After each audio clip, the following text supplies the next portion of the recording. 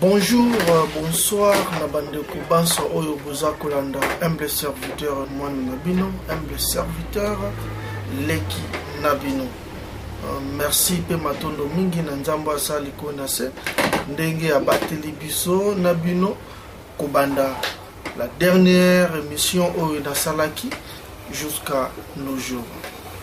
Bandeko nangai, comme vous le constatez, naza na kati studio na moko personnel. Awande esika oyo e permetaki ngai na bino to solola to sala ba communication pour na koyeba évolution oyo e bandaki koleka le 19 et le 20 na mboka na biso, voire même jusqu'à nos jours. Nous avons toujours na travail pour na ko relier les informations ya bandeko o baza sur terrain na biso ba oyo tozali libanda. C'est dans un grand regret, bandeko nanga oyo humble serviteur asali élément oyo pona ko annoncer na baye oyo bazui décision ya kozwa baye oyo bazui décision voilà ya kotika Hippolyte Kanambe Kazembere Joseph Kabila na pouvoir soi-disant que ezali accord oyo sanko et bimisi. Avant la kota na mozindo dans un message particulier, nous avons sa papa na biso Monseigneur Mosengo. Papa omoni babiso tozali ba koko to yebi histoire ya mboka wana bien c'est tout à fait normal parce que bino bayo bozala ki liboso bo enseigner biso eloko moko te. Donc bino nyonso bozali ba politicien derrière sultani oyo bolataka. C'est connu dans le monde que l'église catholique a financé la guerre et les troubles nyonso oyo elikanaka na monde, précisément en Afrique. Yango bayo basala service pe amolili bayebi yango bien que en Afrique selon accord ya Rome oyo ba pays africain basenya soki olingo zwa mandoki il faut d'abord okine na Rome pour ba pesa yo autorisation. Tolo ba vérité bino bozali église bozali armete comment sur quel statut oyo il faut binobo kosionaka baliwa ya batu pona livraison des armes na bayo oyo bazana posa basala ou rébellion ou révolution. Toyebi c'est l'église catholique très bien parce que nzamba pesi biso grâce bayo to biminengo mfulu zalobaki to kutani pe na bayo oyo ba pesi biso au moins l'information concernant la réalité politique et la guerre au nyonso et les kanaka na monde. Baye pas la ngaida surprise mais ali regret comme on a bino mikolo ya boye ba koko oya biso boza kotika mboka wana ekende en collaboration na monsieur Tiens que na Mulumba docteur en droit o toyebi botiki mboka wana ekende lisusu. Papa Mosengo ngai mwana yo na conjuguer ben fort et belé pe na conjugaka et belé ya bayo bato noso bayebi ngai pona koluka ko informer pe koluka ko organiser ba mouvement de révolte to de pression pona gouvernement wana na dépassaka ba mbongo na nga moko personnel ba énergie ba effort personnel pona toujours koluka au moins ko renverser le gouvernement en place. Mais à ma grande surprise, bino, baye oyo, bolingi bozwa charge, il y a soi-disant, au tiapé na Congo, bosali réunion na bino, vous se réunir et vous avez décidé que Hippolyte Kanambe atekala président, comme ça, bozui, monsieur Tshisekedi dans Mulumba, botieye comme coordonnateur national, il y a transition. Bon, tout le bas vérité. Pour air moko comme pesa nakanda nasoni bino bumibengami intellectuel bino bumibengami ba ya droit so na kokoloba parce que gouvernement na Congo ne changera te bato a un père et banda même yo cardinal Mosengo outi toujours na liona na ligne wana jusqu'à nos jours.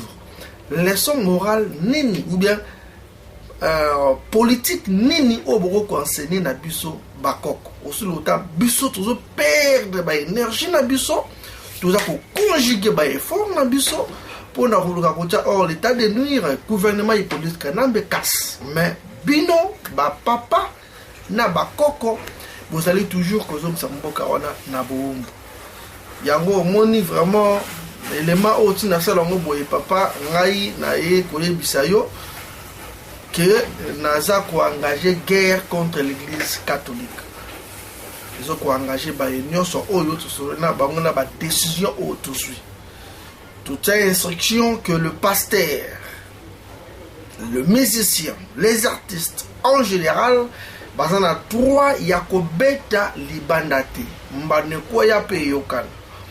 Alors boye ba bien que ngai na équipe na ngai nyonso tozui décision c'est simple bino bo pesi politique kanambe une année pour bonima transition na bino biso to pesi bino de l'été mais nous allons maintenant s'engager avec l'église catholique. Papa, je vous assure que tokotumba ba diocèse ebele tokotumba ba convention ebele ekozala dégâts. Donc naza koloba yango naza na posa te ke mutu ou a conseillé nga ou atalisa nga ba danger po baye oyo bakufi na Congo bayebaki bien que soki na bimi libanda bakotire ngai na kokufa mais abimi po esprit ya patriotisme ngai écoute naza musika nazwi lisasi te mais nazo diriger l'opération na ba massa baza ko exécuter ebongo ya ngai nini soki bomene nga vidir po mutu yango ya pise bima depuis kala to banga rappel ko moko te. Donc c'était un message personnel à Monseigneur Mosengo et ba cadre nyonso ya Sanko Bokita Bomata. Moi personnellement naza ko s'en charger na bino avec l'initiative Oyo Bandeko tozui sur place. Quand je dis sur place ezali na Congo que Touroyo photo target na nous église catholique. Donc nous avons une assurance, nous avons gérer devant la caméra que mon papa, mon coco, Monseigneur Mosengo, donc vous allez subir les conséquences. Il y a la résolution au Yobino, Bobimisia Rotira et Paulette Kaname la pouvoir. Combien de dialogues où les Kanamboka avant Bisso Tobotama, solution ils ont maté. Combien des initiatives il y a paix au Yobino Boluka Kosala. Ce que tu zongi simati. L'histoire se répète. En 2011, Tango Yevi Ebola a rattaqué ma élection. N'est-ce pas, bon marchaki? Souka Bokosi Batu. Même à la septembre, le 19 septembre. Batu Boz à la calme. On va aller voir le pape et tout qu'on sort. Batu Bakufi Kak. Mais c'est quoi ça? Il y a un mokango yango. Il y a un mokango ya biso. Il y a bino.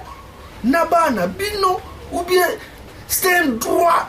Il y a Congolais. Nous sommes à Boutamina Mboka. On a voire même aux étrangers. Parce que ma pasteur va comprendre non les santé. Mais implication na bango même matin na marche oyo ou bien révolte oyo to moni angote. Bango to déjà ba escroc depuis kala le intito landa bango mais bino catholique à tout moment on ira toujours qu'on soit les devant yako zong sa Congo wana na sima toujours les Kamouké médiation catholique les Kamouké médiation catholique vers Mosengo salava médiation des propos comme Mobutu jusqu'à nos jours changement est arrêté. Donc voilà bande ko ngai na news en direct comme vous le voyez.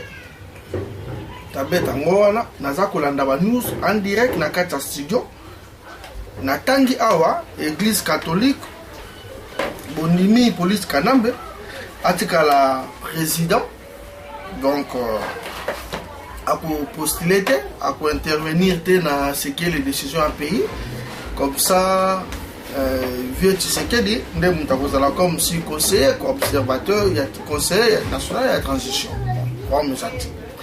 Si une question est simple par Bino, papa église catholique. Depuis l'histoire, il y a dialogue, il y a négociation et dans la Congo jusqu'à nos jours. La part de Bino catholique, sur le Samalonga et Tikala Kouzouamate.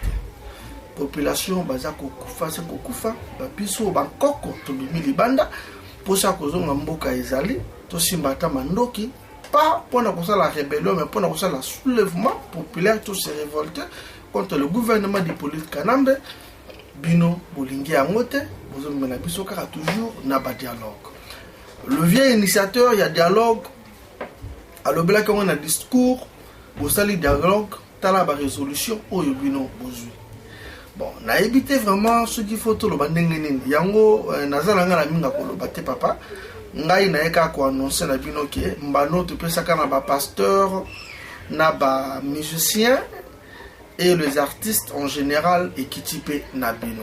Mais ya bino est simple parce que vous voyagez souvent té. Alors le cas vous voyagez raté, nous avons décidé ya ko yebisa bino boye. Donc tout ça que tout ba église catholique nous sommes à Congo.